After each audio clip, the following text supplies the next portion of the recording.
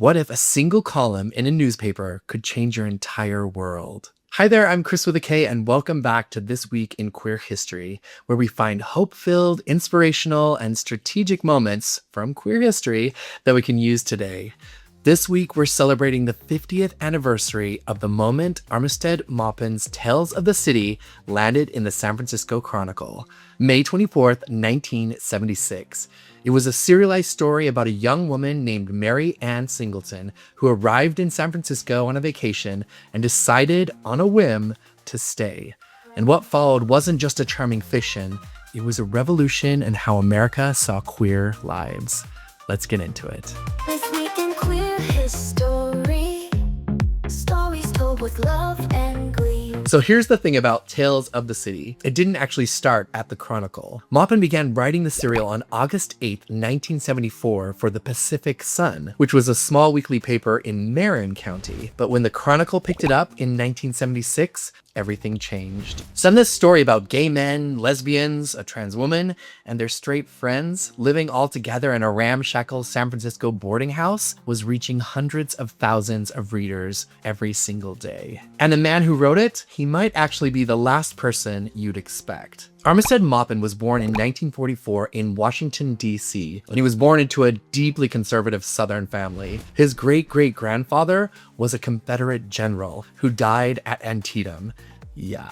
He grew up in Raleigh, North Carolina, in the segregated South. And by his own admission, these are his own words, he was an uptight, arch-conservative, racist brat. He worked at a TV station managed by Jesse Helms. Yeah, Jesse Helms nominated him for a Patriotic Award, and he served in the Navy during Vietnam. Richard Nixon invited him to the White House as a model young Republican. Yeah, can you believe it? But then, in 1971, Maupin moved to San Francisco, and everything shifted. He later said, "I found a society where tolerance and acceptance were valued above everything." He came out publicly in 1974, the same year he started writing Tales. And by 1988, he was standing on the steps of the North Carolina state capitol during a gay pride parade, denouncing Jesse Helms by name. That is a transformation story for the ages. The serial format was genius. Each installment ran about 800 to 1,000 words.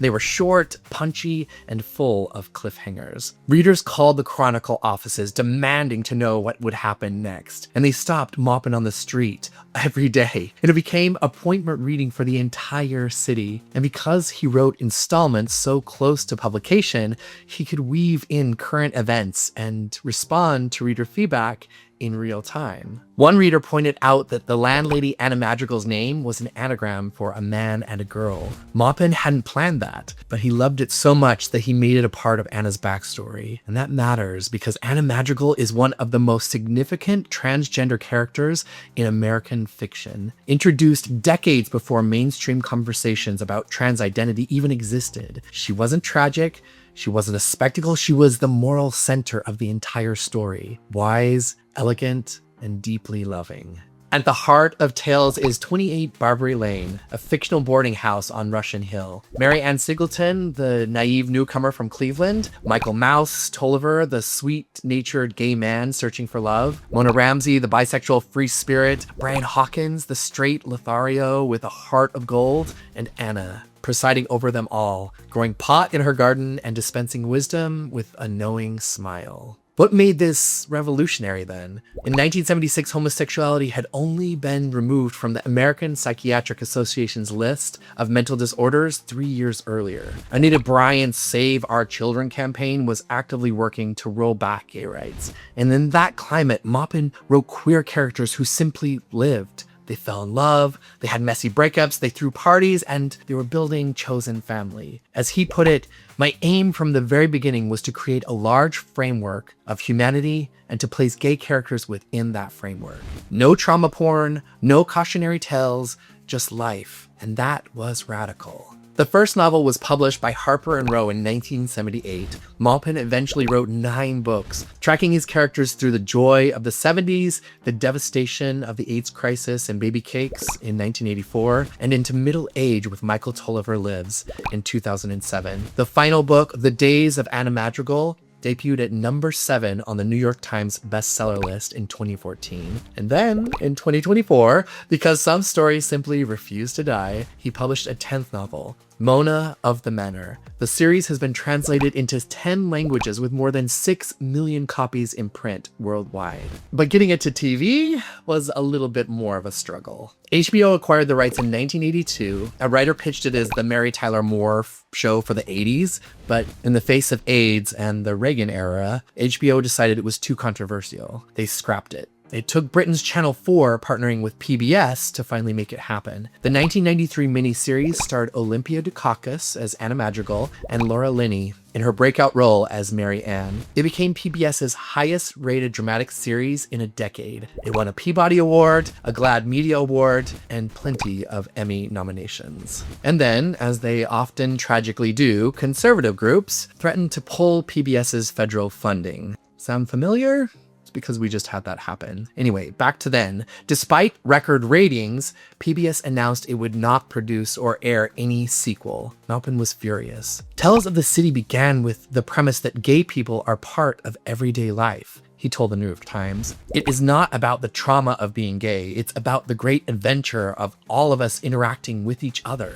So Showtime picked up the torch. More Tales of the City in 1998. Further Tales in 2001. And then in 2019, Netflix gave Maupin something no American network had ever done: full creative freedom. Lauren Morelli developed the revival with an all-LGBTQ writer's room. Laura Linney and Olympia Dukakis returned to the show. Trans actor Garcia played Jake Rodriguez. Jen Richards portrayed young Anna Madrigal. The series won its 3rd GLAAD Media Award, and it would be Olympia Dukakis' final television role before her death in 2021.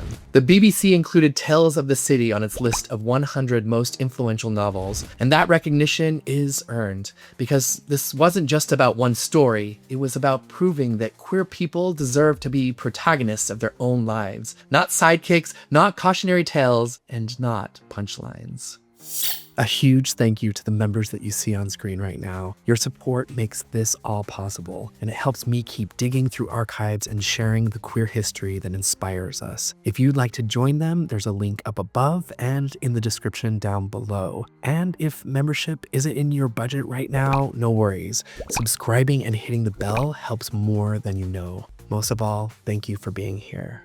And that's what makes this all so personal for me. Because what resonates most about Tales of the City is this experience of having your world broadened. Maupin lived that. He went from being a young Republican invited to Nixon's White House to standing at the front of a pride parade denouncing the very people that he once admired. It took moving to San Francisco. It took meeting people who were different from him. It took opening himself up to a bigger world. And I really get that. I really do. Even I have had my views broadened over time, and a lot of it has to do with moving and living in different places, experiencing different cultures. New York, Hawaii, LA. Each city has expanded who I was and who I understood myself to be. I think that's why it's so important to travel and to see the world, to let yourself be changed by the people you meet along the way. And I have been so lucky and privileged that I was able to travel and experience more of the world and have my views broadened. But I wonder, how can we give that to people in more rural areas, more conservative places like the small town that I grew up in? There's a lot of racism, there's a lot of homophobia still out there. And I do believe that if they were exposed to a broader view, that could change the world. And a huge part of Tales is chosen family. Maupin found that when he moved to San Francisco, and I have totally found that for myself too, that I have an incredible biological family and I'm really grateful for them, and I would not be who I am without them. But the chosen family that I've built over time in these bigger cities, those people that you bring into your circle and you make part of your family, they're so important. You can see it in every page of Tales. Characters finding the family they needed in the most unlikely people. That's what being open to different cultures and different people can do. It can empower us, and it can change us, and it can make us better. And I wish that I could bottle that up and give it to someone in a small town. But I think the truth is, we have to go looking for it. You have to go searching for it. And here's where it gets really exciting.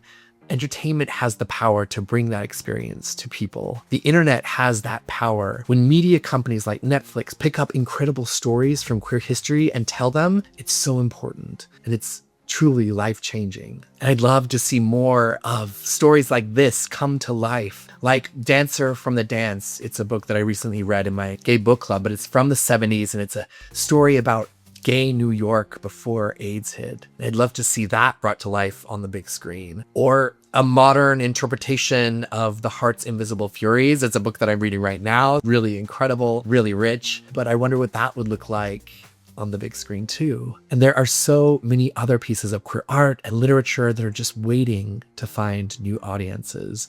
They just need a chronicle to give them to the world. And maybe there's a story that hasn't been told before and you're the creator that needs to tell it. So what would you bring to the world that you need to share? I'd love to hear your thoughts in the comments below. Please drop them. I read every single one of them and respond to every one of them. And if you want to check out more queer history, you can click this video right over here. And I'd love for you to join our email list where we keep these conversations going. We talk about history, ask more questions, build connections. You can join that community by clicking the link up above and down below. And it's off of the social media platforms just in case things start getting banned. You never know. Because we've always been here and we've always been telling our stories. And 50 years after that newspaper column dared to show queer people simply living, we're still here, still telling them and still finding our way to 28 Barbary Lane. Until next time, stay strong, stay bold, and keep making history.